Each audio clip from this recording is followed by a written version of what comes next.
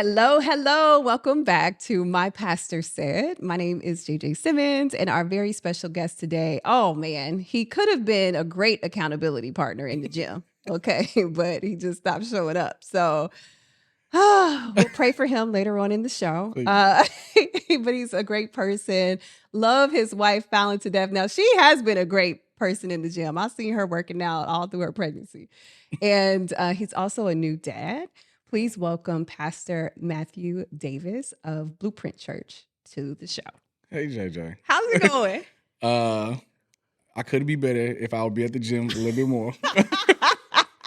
But, What's your excuse, though? What's your excuse? So let me just tell you something. I feel like my dad did it with me. So, I feel like now when I have unnecessary inconveniences, I can just blame my daughter. So I couldn't be, Yeah, I'm a new dad. people I'm a new dad. You ain't going to nobody's parties. Nah. I can't make it. I'm a new dad. Yeah, sorry. She just, man, she was, she was acting up.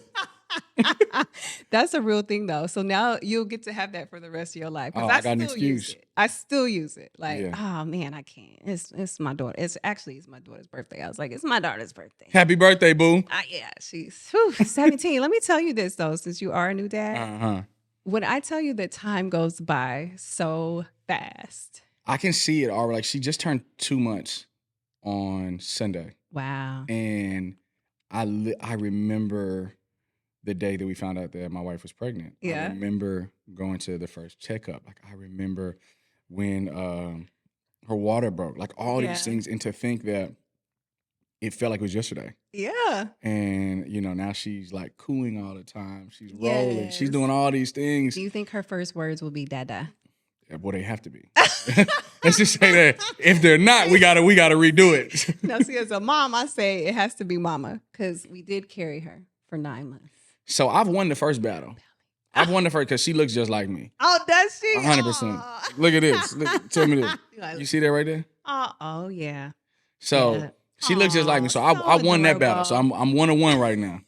So we got to go for the second one. So how is it being a new dad and starting a new church at the same time? Ironically, very, very similar. Yeah. Like it has my wife, like she jokes all the time. She's like, man, we were both pregnant at the same time. Yeah. like carrying Zoe and then in Blueprint. And so I think the thing about parenthood, which has been the greatest thing and also one of the most challenging things, obviously, is that you just don't know what you don't know.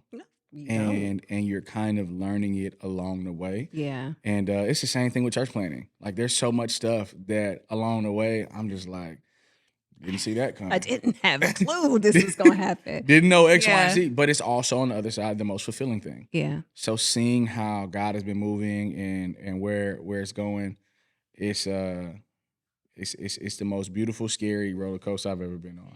Your church has a unique name, Blueprint. Yeah. Because immediately I think of Jay-Z because I'm still saved, y'all. But like, what is the idea behind the name of Blueprint Church? So I don't have a super spiritual, like story of inception. Yeah. It's literally when I accepted my calling and I said yes, God just gave me this big vision. I'm sure we'll get about that into it later, but like he gave me this big vision and I started describing. I was on the phone with my wife, who was my girlfriend at the time. I'm like, I see this and I see that and I wanted to be an example and I wish that somebody just had a blueprint. And she just kind of stopped me. She was like, hey, like, I think the name is Blueprint. I feel like God said my name was Blueprint. Wow. And I was like, nah, he not gonna tell you. He gonna tell me. That's gonna download to me. Yeah, God's gonna give me that revelation. That was the younger me, and I was just like, and she was just like, okay, like but I love the name. Yeah. And it sat in my spirit really well. And then the next morning I woke up and my cousin had sent me a text message, a cousin I hadn't spoke to in almost a year. And she said, God just told me to tell you that whatever you're doing, it's going to be a blueprint. Wow. Craziest thing one of the craziest things I've ever experienced. Wow, I love that. Hours later, her mom texted me and my auntie and was like, she said, hey baby, I'm praying for you. God just said that there's a blueprint for what you're gonna do. Nobody knew any of this type of stuff. So I listen, I may be hard-headed, but I learned to listen when God says it. And so how that kind of evolved is I said, okay, God, this is the name. Yeah. But what does it mean? And then as we went, Jesus is the blueprint. Yeah. And we're following the blueprint. So not only are we following the blueprint, but we want to be one as people and as a church. Yes. Oh, that's So good. yeah. That's really good. I love that. I love how God uses people. Mm-hmm. And this is the thing I think a lot of people get confused when they're like, I want this sign from God. Mm. And don't get me wrong, because I've been looking for emails like, Lord, can you just send me, like, you need to be real clear. Okay. Yeah. But God uses people. And you notice that with anything that God has always used people, 100%. right? And so it's amazing to see how just in that story, he Yeah. used so many people to give you that confirmation. Like, this is what it is. There's so many things that happen in life that a lot of times we don't recognize that we can be a small confirmation of somebody's big story. Oh, You know, and Yeah. like if we look through Jesus and the woman at the well, if we look at when Joshua sent out the spies to Canaan, like there's everybody plays such an integral Yeah. part. And I'll say this too. Like, there's nothing wrong with asking God for a sign. I think sometimes we get into that place sometimes, like we get over spiritual, like you're not showing any faith. I Yeah. need a little help right now. Right, right. I'm making a big Yes, decision. I need yes. to know if this is what God wants me. Yes. I asked God for a sign the other day and I don't feel ashamed about it. Yeah. I was telling our church, I'm like, look, I had a big decision to make, and I'm Yeah. like, God, what do you want to do? Yes. And yeah, that people, that's why I think oftentimes we have to know, especially as believers, that our obedience is attached to so much more. Oof. Like, how many times has God told us to do something or to say something? Me and you talked about that with the journals. Yes, we did. Right? And- We talked about this with the journals. We did. But you never know what God is asking you to do Yeah. if you are the answer to somebody else's problem. Yeah. Or to somebody else's sign of their faith. Oh, that's so good. It is. It's tough. One of the things I had planned to talk about today, being obedient when times are tough. Yeah. Right? Or like when you're going through something and God calls you to do something. So to tell you guys about what happened with the journals, Pastor Matt and I are standing outside the gym. I was like, yeah, bruh. Because I pulled up. Yeah, you pulled up outside the gym. We were outside the gym. Yeah, I was there.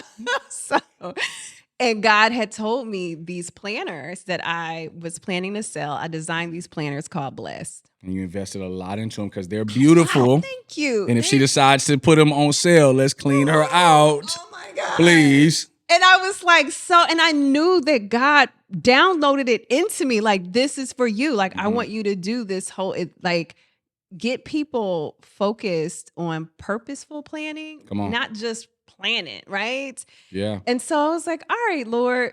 And then he was like, no, you're going to give them all away. And I was like, no, because I spent so much money investing in them that you couldn't possibly want me to give them away. Yeah. So you and I were talking about it, like, and for me, and I'm not going to sit here and say at that moment I was a joyful giver because my stomach was in knots. I'm like, because I know how much I spent. Yeah. But I also know that in the moments where I have not been obedient, when I heard God so clearly and I didn't act on it, Yeah. it don't always end well. No. Because in those moments, Jay, like God is trying to give us a heart check. Yeah. Like, do you value more what you invested more than what your investment could do? Like, there's so much stuff that goes into that. And I've never, ever, ever, I promise you, I've never given a seed that God has asked me to give that he did not give it back to me more than in an exponential way. And it may not always come back how it is that I saw it. Right. It may not be, I could get into the entire story of my daughter's birth, that literally we were at a worship night that I helped host with my sister P, and my wife and I have been trying to get pregnant for a year. Wow. And we were sitting there and God had said, sow a seed of $1,000. And I don't get into prosperity, but God was checking my heart. What are you believing for? Yeah. And will you sow when you're looking to reap something? Like, sometimes we want something like, God, I ain't trying to sow nothing right now. I need something to come this way. Yes. I need something to come my way. Yes. And literally, he tested my heart and we attached. We agreed on it. We sowed it. And we said, God, we just praying that you do something. Yeah. Literally, at that same event, 3 months later, my wife woke up at 2 a.m. throwing up. The Wow. only time of her entire pregnancy that she had morning sickness. It was to alert her that something had shifted in her life, Oh. which is a word. I don't even want to preach on Ooh, that. But I'm telling you right now. preach faster. Yeah. Oh, So that's good. we never know. And there's just so many Yeah. times that God asks, and that's something like this monetary. But what about when God asks you to go pray? Or what Yeah. about when somebody's at the grocery store and you can tell Yeah. it, like just to speak to somebody? You know, we never know what our Oh, obedience yeah. and what it's going to do in And somebody's I life. remember a pastor saying the enemy isn't going to ask you to sacrifice, No. right? And so it's like when you know, when you hear that voice that's telling you to do something, Yeah. then you know what it is. And it's just like, I hate to be like Nike and just do it, but it's like, just do it. Even when it just, trust me, I know. But I agree with you. I've had many testimonies Mhm. of being obedient and Yeah. seeing the outcome. And I love that you mentioned sometimes it doesn't come to you the same way. Like there may be people who are like, I be giving up money all the time and my Yeah. bank account's still dry. And it's like, yeah, but what about your health or what about these Yeah. other ways, the person who, took care of your groceries or whatever, like those kind of things. And sometimes we don't spend enough time in gratitude to Yeah. even see the blessings that God has given us in the first place. And Jay, I'd even say this. What about what it is that you become during the process? Like a lot of times we look for some of these materialistic returns. But Yeah. what about who it is that we became? Oh, yeah. I am a product of not what I've received, but what it is that I've given. Yes. Like how God has literally tested me in areas to give my obedience. I didn't want to be a pastor.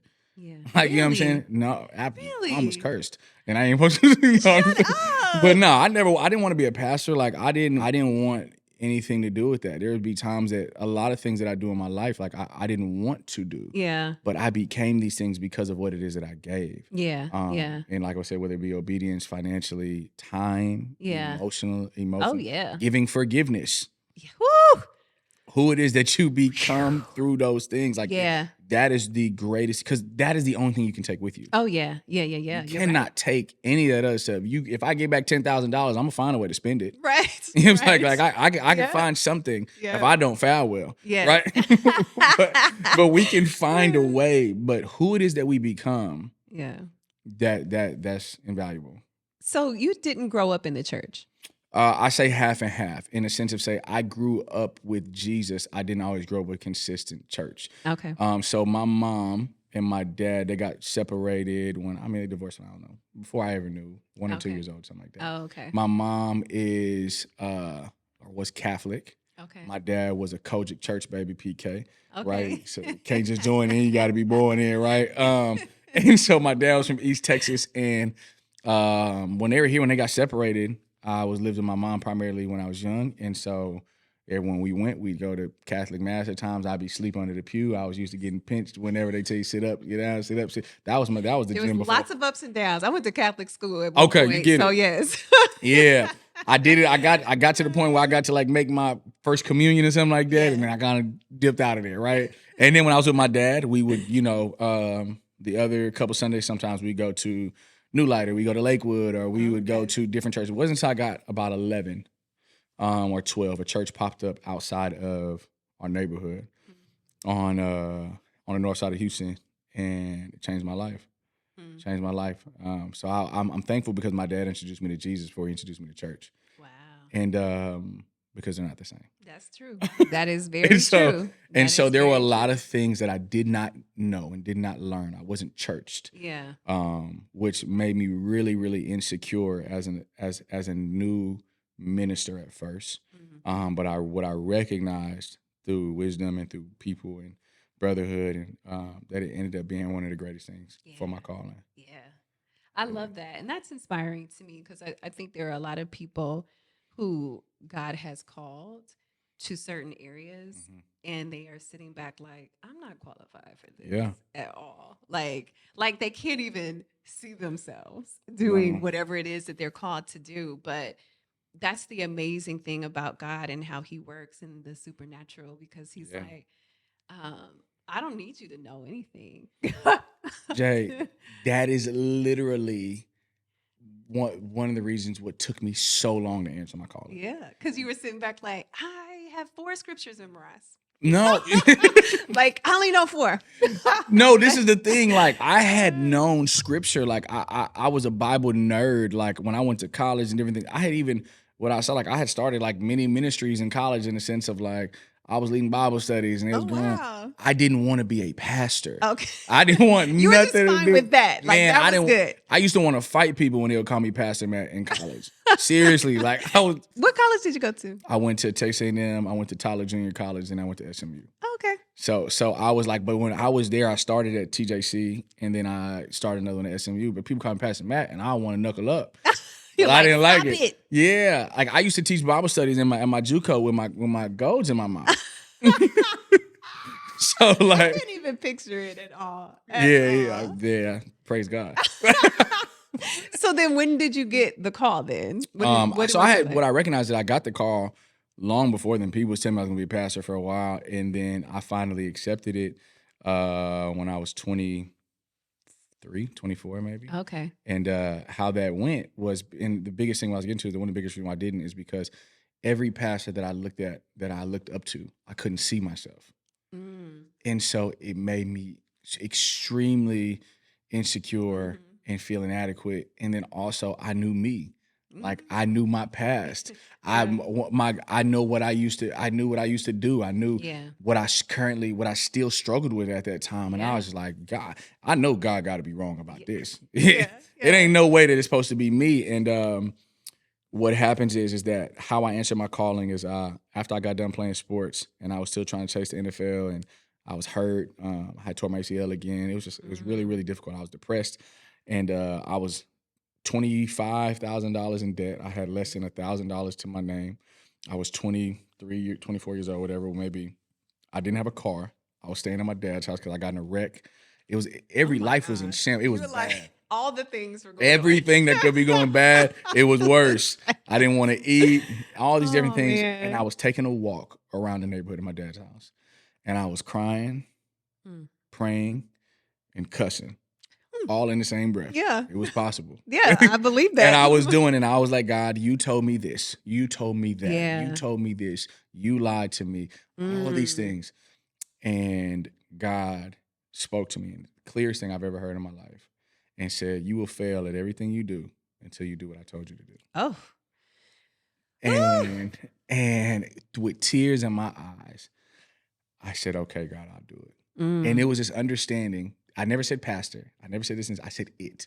Yeah. Because for so long, I knew what it was. Yeah. But I didn't want it. And it went from being afraid of it to not wanting it to hating it to despising it to, like I always say, I got beaten to submission. I got whooped. You know what I'm saying? I was a hard. Don't do this. Yeah. And I did it. And from that moment, it was like I was standing in front of an aquarium wall, and through life was beating me up, and that wall, that glass was getting cracked. Yeah. And in the moment that I said yes, that glass cracked, and all of the water just flooded me, and it was the vision of what would eventually become Blueprint. And I figured some of it out. Some of it I'm still trying to pray and figure it out. How did people respond when you're like, all right, guys, I'm about to be a pastor? So to my surprise, majority of people were not surprised. Yeah. It was me. They like, I've been knew that. Or like, oh, I saw that. Yeah. Now there was more people, there may be a lot of people who did not agree. Yeah. In the sense of how I used to be as a young kid. Yeah. And even as a young man, they were like, God ain't using you. I can tell you right now, God, Right. I don't care how much you pray, God ain't using that. And that's terrible. But yeah, there was a lot of people who were supportive of it. It was surprising to me because when I tell people at times, especially people who've known me, who've been close to me, not who've experienced me, but people who intimately know me. They were like, oh, we always knew that. Yeah. Yeah. But people who just experienced me, whether it be in a good way or in a bad way at different times when I was young, it might have surprised them. Yeah. But for the people who knew me, I don't think it ever surprised me. You know what's so interesting though is when you know the word, or even if you just know a little bit and you just read stories in the Bible, God has used some of the last people you would think of, right? And it's like, Okay. This is what he does. Like, this is what he does. He uses people that you wouldn't think. The reality of it is, before you get to that majority of people, if they lived in present time with the people who wrote the Bible, they wouldn't read it. I know. I know. Let me just tell you something. All them Psalms that you singing, you wouldn't want to hear it. You wouldn't quote Romans 8 ever again if you walk with Paul. That's so real. So, you know. Especially Paul. Facts, So come on. where do you see Blueprint compared to the churches maybe that you have preached in the past? Yeah. What's the vision for Blueprint that differs from those places? So I think that different churches that I've been a part of or that I've led at or preached in, all great, phenomenal churches, right? I think that one of the things that God has called us to specifically is to underchurched and overchurched. Like there is a remnant of people who are either underchurched where I was that say, I'm curious about God. I think I want to know God, but I'm afraid of church. Right.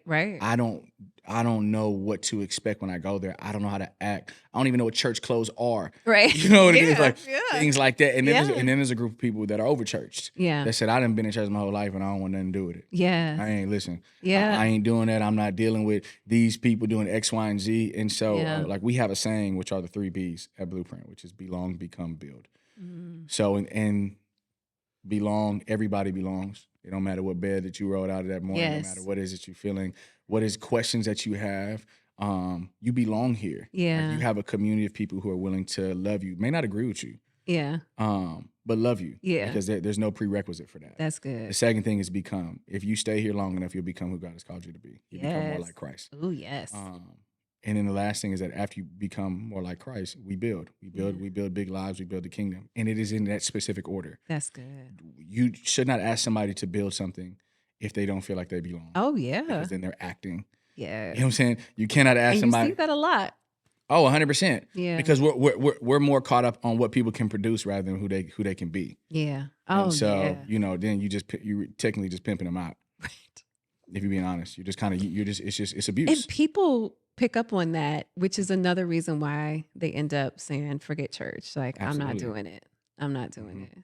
Well, I've checked out the Bible study a couple of times. I popped Really? in for Women's Day too. I did. Come on, ladies. Yeah, I have. And I love it. You have a very active community. Yeah. I was curious, like, when you're starting something from scratch, Mm-hmm. and I really just do not know anything about building a church, but I just wonder, like how do you start? You're like, hey, you want to come to the church? You should come to our church. Like, I mean, like, you got a friend, she know Jesus, she doesn't. Yeah. She need to come to the church. Like, how do you even build it? How do you start? So there's what I would say 3 components. There's a legal component, there's a social component, and there's a spiritual component. Okay. The legal component is obviously like getting all your documents, your 501c3, like all these things, which is the least important thing. It's very, very important. Yeah. Because what we see in a lot of churches, some people don't have their organizational structure correctly. Yeah. Like you have your board and all that stuff. Cool. Yeah. The social component is making sure that you can cast a compelling vision to people that where you build an awareness and people understand like, hey, what is going on? The spiritual component is really trying to figure out what need is God wanting you to meet in the earth. Mm-hmm. I think a lot of times churches, they pick 2 of the 3.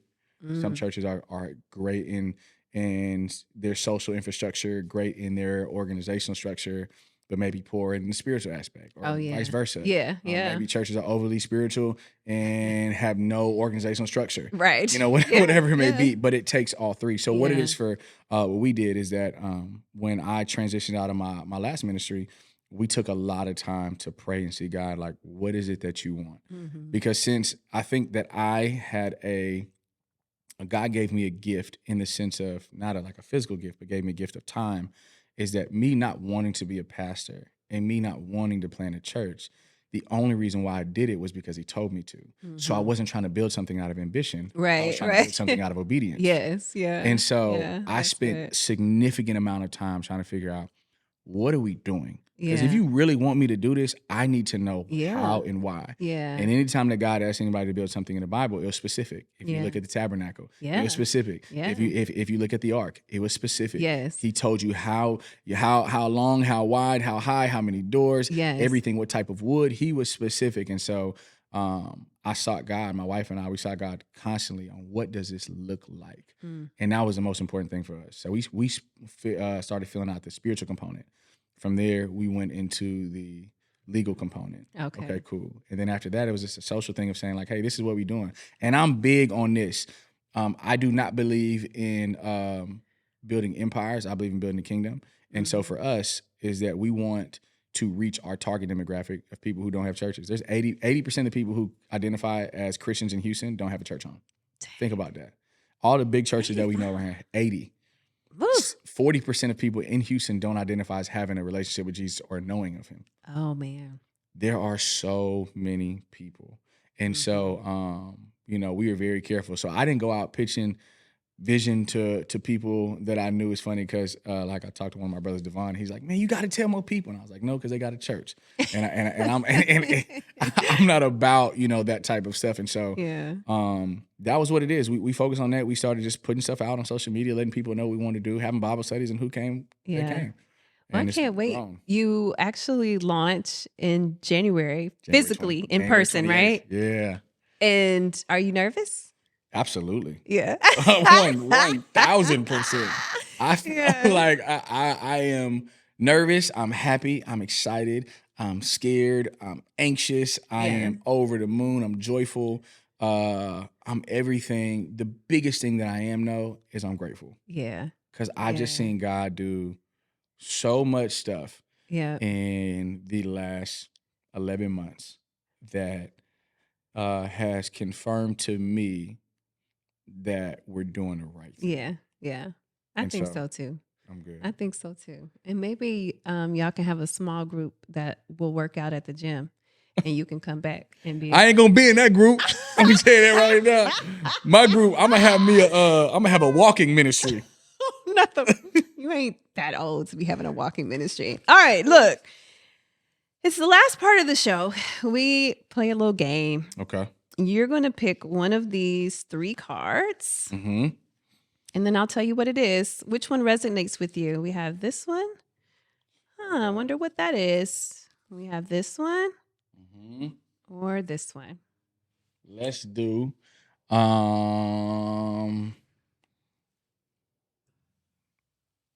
let's do that one right there. Let's do the Bible. Let's do the book. I was hoping you would pick that one. I know you would. Don't ask me nothing about Habakkuk. How well do you know the Bible? Oh my goodness. Now, for people who I don't really know that well, I usually give them easy questions. But since I know you pretty well. Lord Jesus. Who was the oldest person in the Bible? Methuselah, huh? Very good. Yeah. Do you know who he was the pawpaw somebody? Of Noah. Yeah. Right? Very good. All right. Yeah. Very good. He was 969 years old. Uh-huh. Okay. How many books are there in the Bible? 66. Who were the first apostles to follow Jesus? Oh, God, don't give me this. It was Peter and John? Gosh, you were so close. You were like, Peter and Andrew? True. Very good. All right. Last question. Y'all edit that out. I got them right. What insect did John the Baptist eat in the desert? Man, he was eating those young locusts. Very good. But he seasoned them up a little bit, Did right? he really? Yeah, he had a little season on them. Wait, why are you talking about that? I just saw this this thing today on Instagram. I don't know if you saw this, but it was these 2 older ladies debating about whether the fish that Jesus used to feed the 5,000 was cooked or not. It was a fish fry, for sure. So this lady was like, you don't hear nothing about the fish was cooked. She was like, it was sushi. It was sushi. And then the other lady was like, Jesus wouldn't have served no cold fish. And I was like, oh my gosh, I never thought about it. But I was like, Nah. In my mind, it was fried catfish. For sure. Of course. They had the bread, had a little sandwich. I'm sure they found some mustard. little hot sauce or something on there, and they got to it. I'm done. That's the way my God would do it. I'm I'm gonna tell you, I don't know about your God. My God is gonna do it right. Pastor Matt, thank you for being on the show today, brother. Thank you for Tell having me. everybody where they can find you. So you can go and find Blueprint Church on Instagram at Blueprint Church HTX. You can find us on Facebook as well. You can follow me on Instagram at Matthew H. Davis, and you can find Blueprint on January 28th at 9:30 and 11:30 at 9371 Richmond Avenue. That's our launch service, and God is going to be there. So we'd like you to be there too. All right, it's right by my house. I'll be there. Oh yeah, we gonna have somebody check and roll for you. Okay, I'm gonna be there. I'm gonna be there. All right, thank you, brother, for being on the show today. I love you, Jay. I love you too, man. All right, that's it. That's today's episode of My Pastor Said.